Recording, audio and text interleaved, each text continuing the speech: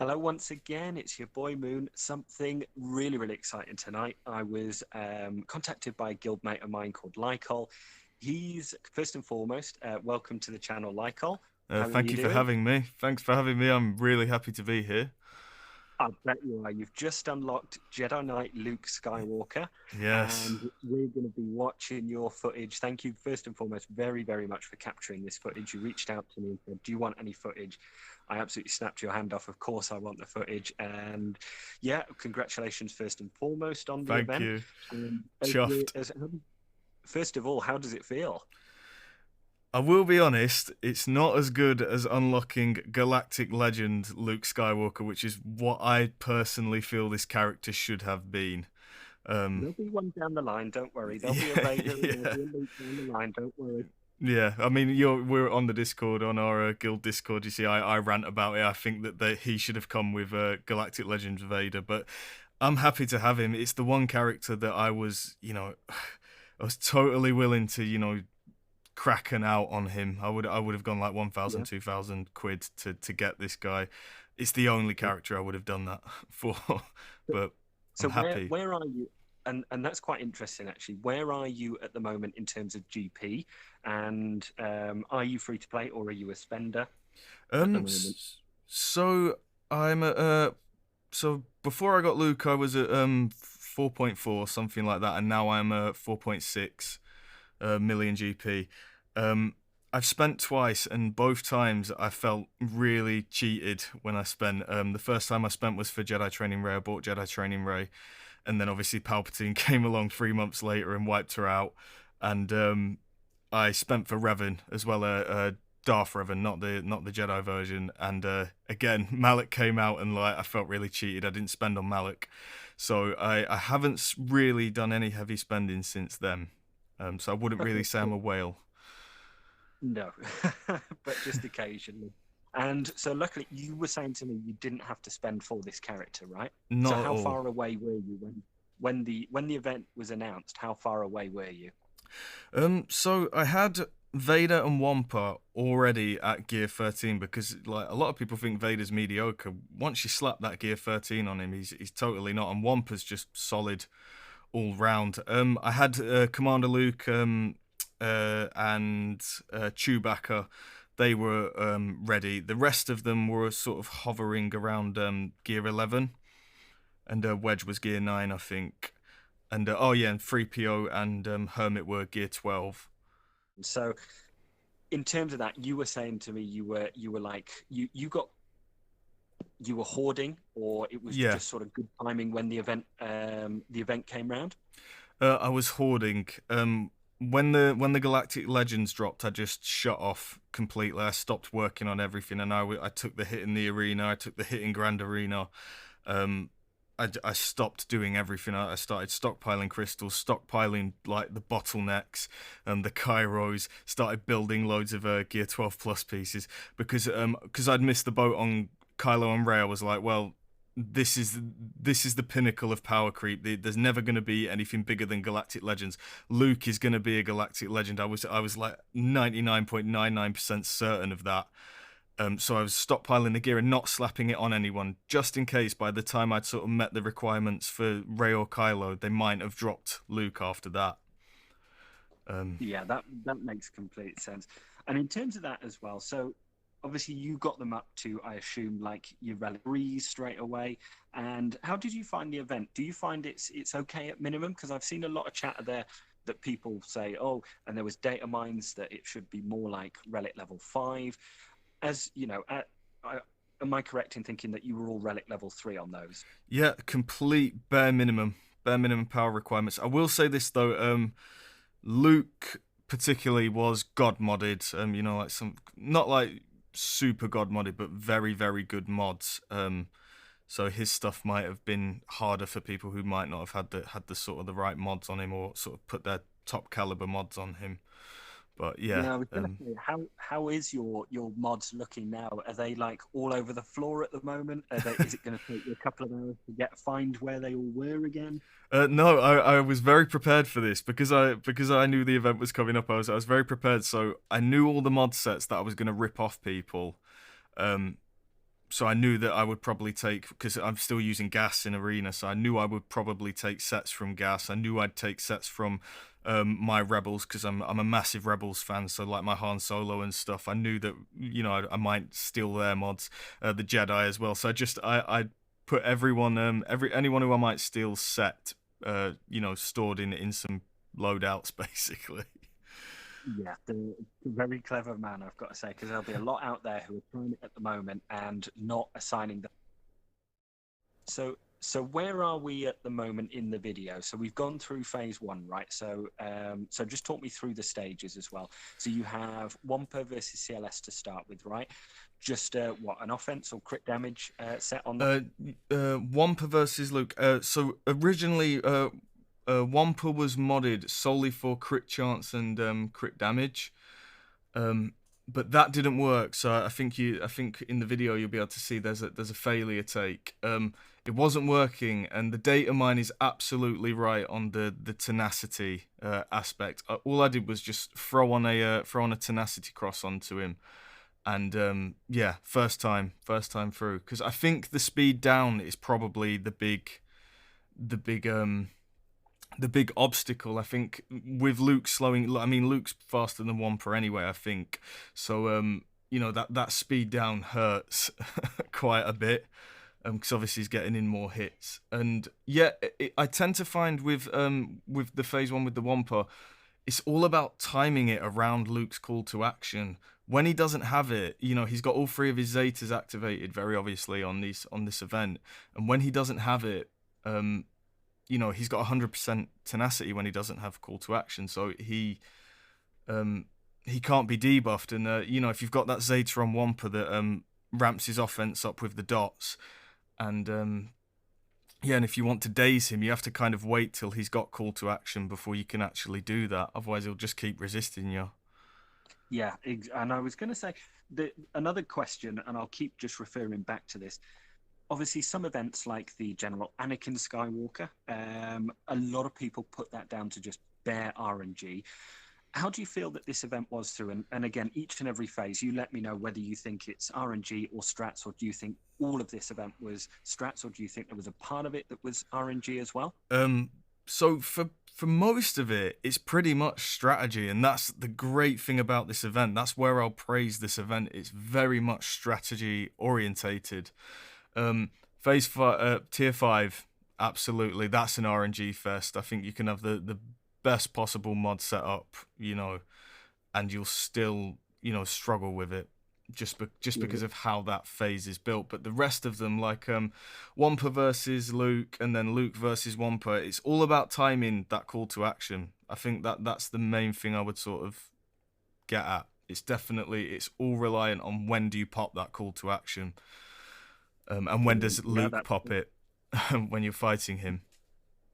That's going to be hugely helpful for a lot of people as well. So going into so you've got the Wampa and the Luke, and then phase 2 is Rolo, right? Or is that phase 3? Yeah. Phase 2 is Rolo, C-3PO, Captain Han, and Chewbacca. And I think I cleared this in my first go. It's basically just about sort of keeping Chewie alive. Chewie does all the lifting. I mean, he's got a built-in expose mechanic basically into his kit, hasn't he? He does massive damage. So generally, it's about sort of keeping him alive and just letting him go to town. Rolo helps if you bang some decent crit damage mods and crit chance mods on her, she definitely helps. And Han's kind of just. He actually is quite nice in this event. He is quite a nice little support because he can give Chewie a little bit of a bump if they're targeting him down. And 3PO is great. 3PO is 3PO. I mean, he's an A-list character already. He's very useful. Yeah. Then do we go into the ships part after that? It's ships after that. The ships I was dreading. I was absolutely dreading because I was like, they say you just need Wedge at 7 stars, and I was almost positive, you're probably going to need him at like gear 12, or you're going to need to relic Wedge, which I just didn't want to do. I tried him at Gear 9 at first. It didn't quite work. The AI does seem to want to target him down. I suppose it doesn't really have a choice because the Falcon has its outmaneuver buff. The main strategy I would say regarding the ships phase would be take the TIE bomber out as quick as possible. You just want to blast it down. You have to remember you can't defeat Vader's ship. So, don't waste time on it. Or, well, you can actually waste time on Vader's ship, but not when the bomber's around. You want that gone because it really can screw with your run. Okay. Yeah, so that's pretty useful as well. That's a good bit of insight that you don't have to have obviously your Biggs relic tap or anything. Yeah, I did have to take him to Gear 10. 10. There we go. Yeah, so Gear 10 because yeah, because at Gear 9 he was getting blasted away. Yeah, every time I did the ship's portion quite a few times. So yeah, definitely take him to Gear 10. After that, I would say, don't target down the TIE fighters. This is another thing. Use the fact that Vader can't be defeated against him, because when those TIE fighters have got foresight, they're going to feed turn meter to Tarkin's ship, and it's got its ultimate ability, so it can do the swarm of TIE fighters, and it can wipe you out. So tease Vader on that part then. Yeah, so basically take the TIE fighter, because the TIE fighters can take you down as well. That's I suppose where the strategy comes in.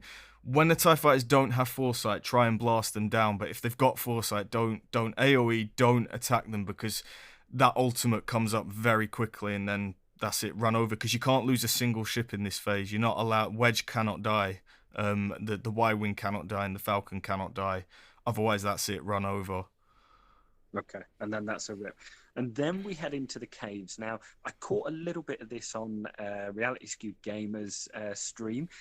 I've got to say, the artwork looked great. That was really, really good. Like, pulled on all the nostalgia for me. I think there was a lot of effort that was gone into that scene as well. Tell us a little bit about the caves as well, because that looked pretty cool. The cave is really fun. It's probably tied with the last phase for how fun it is. Yeah, the atmosphere is great, the music's great, and yeah, once you've got your head around the strategy, it's totally fine. I mean, generally just try and speed down and defense down all the troopers, and just try and keep them stun locked, because the snow trooper can wipe out Yoda, if he's allowed to keep going. But if you can keep them all sort of stun locked, it's very easy. I would say, I can't see anyone struggling with that phase at all. Yeah, I mean, a relic snow trooper hits hard, Yeah. And yeah, but I see what you mean. There is like legit strats in all of these, and it does sound more about timing and targeting as opposed to just blind RNG and brute force. Yeah, and I think that comes with the character himself. Like with Commander Luke, he is a solo character. He was the solo character, wasn't he? Really, he was the first sort of character that you would sort of take in to raids and things on his own, and he could get work done. And I think his kit is centered around that. So you can have more strategy. It is about sort of timing his call to action, and do you want the bonus damage and crit chance, or do you want him to shrug off pretty much every debuff? It's a balancing act, and I think they make full use of it in this event, and I will praise CG for that. They have, like, as much as I don't think they thought too much about Jedi Luke's kit, I do think they really structured the event around CLS, which was great. That's good to know. And we'll come on to the kit and a little bit later. I mean, and not the kit more so, but what sort of team compositions do you want to see him in? Now, the next stage after the cave, so you've had a little bit of respite there now. That was a little bit easier. Now comes the stage where you might feel like, okay, every legendary event has got this. Rinse, repeat with this Yeah. one. Well, I was talking about mod because I was watching this event, and I thought at first and foremost, do we want crit avoidance? And I was like, okay, no, it's exposes that are actually doing the real damage here. So I was thinking tenacity, but you were thinking something else, right? Yeah, tenacity's not going to help you if you read Stormtrooper, because at first I thought the exact same thing. I was like, it's these exposes that are the problem. I'll just bang some tenacity on Chewie and it'll be fine. It's not. If you go and read Stormtrooper's kit, the exposes can't be resisted. And another thing is you don't want crit avoidance, because if stormtroopers don't crit, they also pop and expose, and they can't be shrugged off with tenacity. Now that being said, you do want some tenacity on Lando and Rolo, because Rolo's lead, I think, with the tenacity kind of feeds turn meter. I know it feeds turn meter to Rolo when she resists debuffs, and the officer and Boba, obviously, they drop debuffs, so it's good to sort of feed her turn meter, because she also provides the buff immunity on the stormtroopers, and you kind of want to try and keep that up. Yeah. Because once you get stuck behind those stormtroopers, it becomes difficult. Yeah, and I think you're legit right. I think this legendary event, and with a lot of them that we've had, it does take a little bit of while to work it out, and you do have to go through that thought process of what's helping me and what's hindering me here as well. And in terms of that, it sounds like you've worked it out really well, and I think that will be helpful, because I said my initial thought was crit avoidance. No, it's exposes that are doing it, and then tenacity, and then actually, well, it's blind that is going to get you through this phase as well. And obviously, moving on.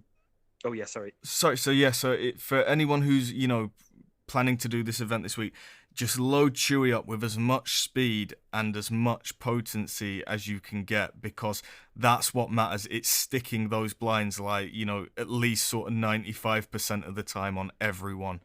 That'll help you more than health, because survivability is not going to help you. It's the exposes that kill you. So, you can have 100k health, but 20% of 100k health is, still 20k. It doesn't really matter how high you get his health pool. The exposes will bring you down at the same rate. Yeah, correct. It's because it's percentage. It doesn't matter how high you stack it. So, and moving into the last phase now. Now, this is hugely cinematic. This brought back all the feels for me watching it, and I wasn't even playing it. I was just watching it, but it was incredible. Huge amount of nostalgia. Give us a little bit of insight into playing that, there are moments in this game where you kind of get chills. This is one of those moments. This is one of those scenes when you're actually playing it. It really sort of brings back the nostalgia, like you say. It's very, very fun to play as well. Was there a huge amount of strategy in the last bit? In both bits, really. It's all about call to action. This event is centered around that and what it does, and what Luke's kit is when he has it and when he doesn't have it. So when you're playing as Luke, you're trying to time the call to action so that you can get your health back, because if you never use it, Vader will just chop your health down. So you do have to sort of use it, but you have to time it around his crush so that he's not like laying dots on you, because if he lays some dots on you, he can then pretty much cull you. And when you're playing as Vader in the last phase, you need to time your crush around Luke's call to action.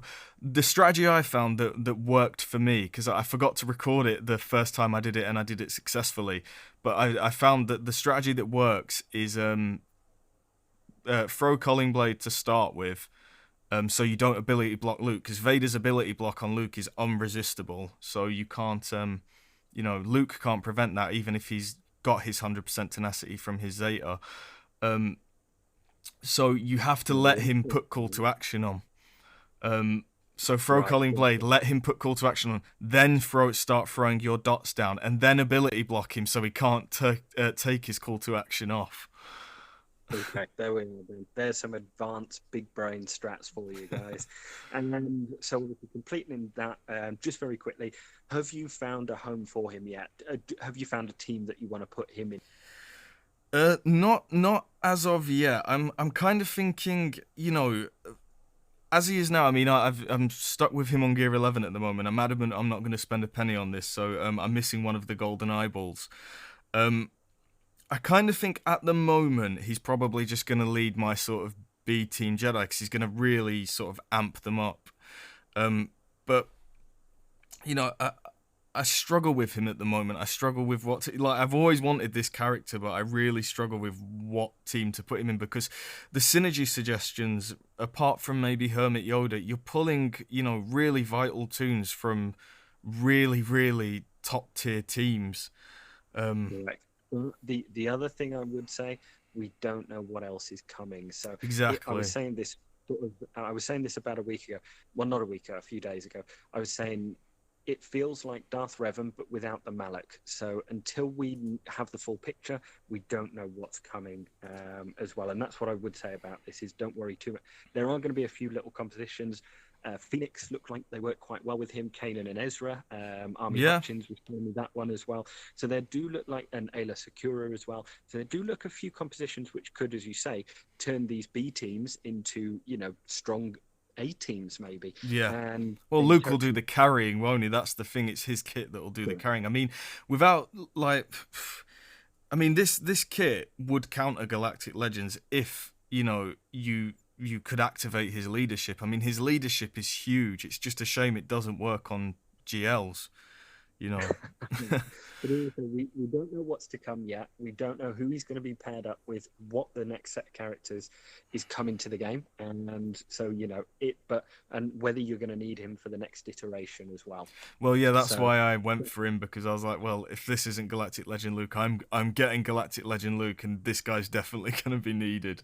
If he's needed, yeah, correct. Well, Licol, thank you very much for spending a bit of time with us tonight. Absolutely, it's my pleasure. For providing the footage as well. Absolutely fantastic. Hopefully the guys have learned a bit of strategy on there as well and enjoyed a bit from the event. Where can we find you? Because you've also got a YouTube channel, haven't you? It's called Shift of Earth. And explain to us a little bit about that. You've got an audio book on there. I've had to listen to it, or I've listened to the first couple of parts, and I would say it's absolutely awesome. Really high production, but I was saying to you before, what the problem is, that synth music, it just gets me to sleep every time. Yeah. So yeah, it's a epic sci-fi audiobook. You know, if you like Star Wars, if you like sort of darker sci-fi like 40K, I definitely go and have a listen to it. I'd really appreciate it. I only have 60 subscribers at the moment, and I'd really like some more. And I'd just like some more interaction with the book. You know, if you can look past some bad voice acting and not bad voice acting, if you can look past some questionable voice acting and a few spotty bits of technical writing, I think it's a really enjoyable experience, and I would really appreciate it if people could check it out. I'll second that 100%. And I was, you know, you're beating yourself down there. I thought the audio was absolutely fantastic. I thought the voice acting was brilliant as well. It almost sounds like there's a cast of voice actors on there, in all honesty, and it's really, really high production. So it really does great in terms of building a world, and the escapism is fantastic in it as well.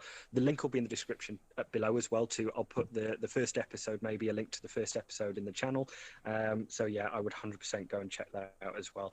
Licol, thank you very much for joining us. It's been my pleasure, Moon. I've really enjoyed it. Thank you. Thank you. And go and have some fun with that Jedi Knight Luke Skywalker as well. Yeah, can't wait. I'm dreading asking the guildies if they'll hold off soloing the Sith raid so I can take him into the faces, because they're hungry, aren't they? Yeah, we have a hungry guild when it comes to the Sith raid.